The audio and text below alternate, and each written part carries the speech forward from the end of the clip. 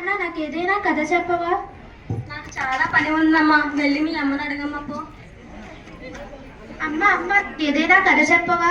అవునా, ఏదో పని ఉందన్నాడా? నాకు తెలుసు, ఎప్పుడూ ఇంతే. సీఎం కూడా ఇంత బిజీగా ఉండడేమో.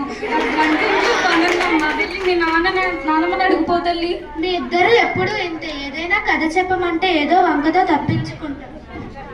అమ్మ నాన్నమ్మ నాకు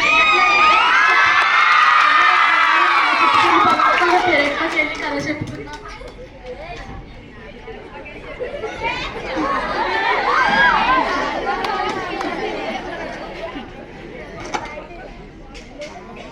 అబ్బా, ఏంటి పాసిపోయిన వాసన వస్తుంది? ఏం లేదు, నిన్న మిగిలిపోయిన ఉప్మా ఉంటే పడేయడానికి వెళ్తున్నాను. అంత ఎక్కువ ఎందుకు చేసేసావే? మీకోసమే తిని బలుస్తారని. దీని పేరు ప్రభావతి, కోపం బాగా అతి, అస్సలు లేదు మతి, ఇది చాలా పెద్ద కోతి. అయినా ఇంత చేసి పడేసే బదులు ముసలిదానికే పెడితే పోలే. అత్తయ్య, ఓ అత్తయ్య, మీకోసం ఇది ఉప్మా చేసాను, తినండి. అమ్మా ప్రభావతి, ఇది పాచిపోయిందమ్మా. పాచిపోయిందా? మీకోసం అని వేడివేడిగా జీడిపప్పులు వేసుకుంటామంటావా? పాచిపోయింది. అయినా ఈ వయసులో అంతా తిని ఒలింపిక్స్ కి వెళ్ళి వెయిట్ లిఫ్టింగ్ చేయాలా ఏంటి? సిగ్గు లేకపోతే నా పిల్లలకు కూడా నేను ఇలాగా అయిపోయాను. ఏమండి, నేను ఇంట్లో ఎంతమందికి చాకరీ చేయలేనండి. అంత గొప్ప సేవలు చేసేసావే. ఇంకా ఏం కావాలండి? మీరు పొద్దున్నగా పోతారు, పాప స్కూల్ కి పోతుంది. మీరు వచ్చేంత వరకు ఆ ముసలిదానికి నేను సేవలు చేస్తూ ఉండాలి. ఇప్పుడు నన్ను ఏం చేయమంటావు చెప్పు. ఇంకా ఏం చెప్తారండి?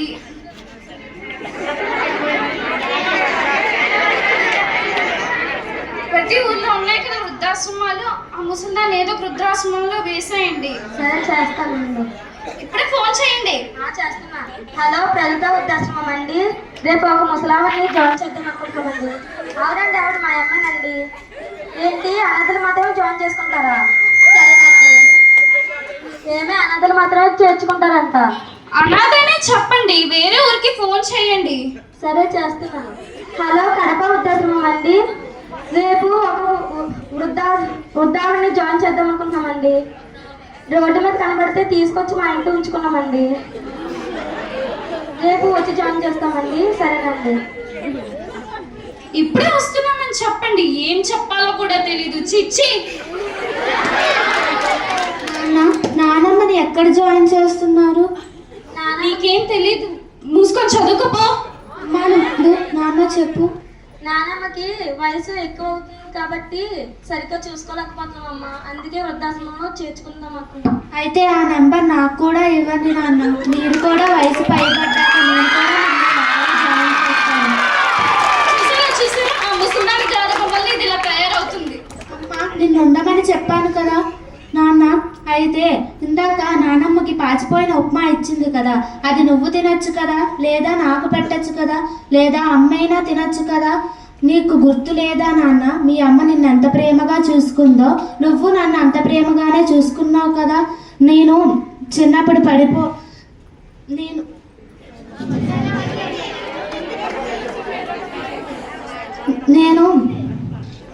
నన్ను నువ్వు ఎంతో ప్రేమగా చూసుకున్నావు. అలా నానమ్మ కూడా నిన్ను అంతే ప్రేమగా చూసుకుంది కదా.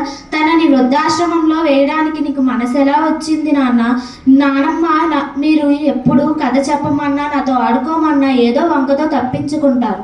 నానమ్మ మాత్రం నాకు ఎప్పుడు కథలు చెప్తూ నాతో ఆడుకుంటుంది. నేను కూడా నానమ్మతోనే వెళ్ళిపోతాను. నన్ను కూడా నానమ్మతోనే జాయిన్ చేసేయండి నాన్న. నేను మీకు భారం తగ్గుతుంది.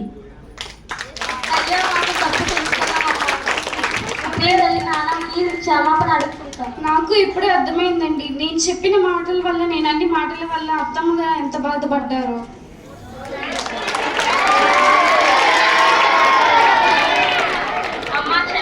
మమ్మల్ని క్షమించండి అత్తయ్య. అప్పుడు మీ తప్పు అది మా తప్పు తెచ్చుకున్నాం.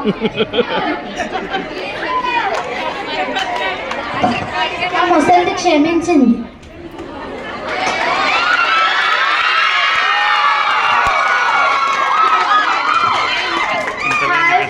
చూశారు కదా, మా అమ్మ మా నాన్న వృద్ధాశ్రమం వృద్ధాశ్రమంలో మా నానమ్మని జాయిన్ చేయాలి అనుకున్నారు. కానీ మా నానమ్మ వాల్యూ తెలిసి మా అమ్మ వాళ్ళు జాయిన్ చేయకుండా ఉన్నారు. పెద్దవాళ్ళు మనకి బాధ్యత అనుకోవాలి కానీ భారం అనుకోకూడదు.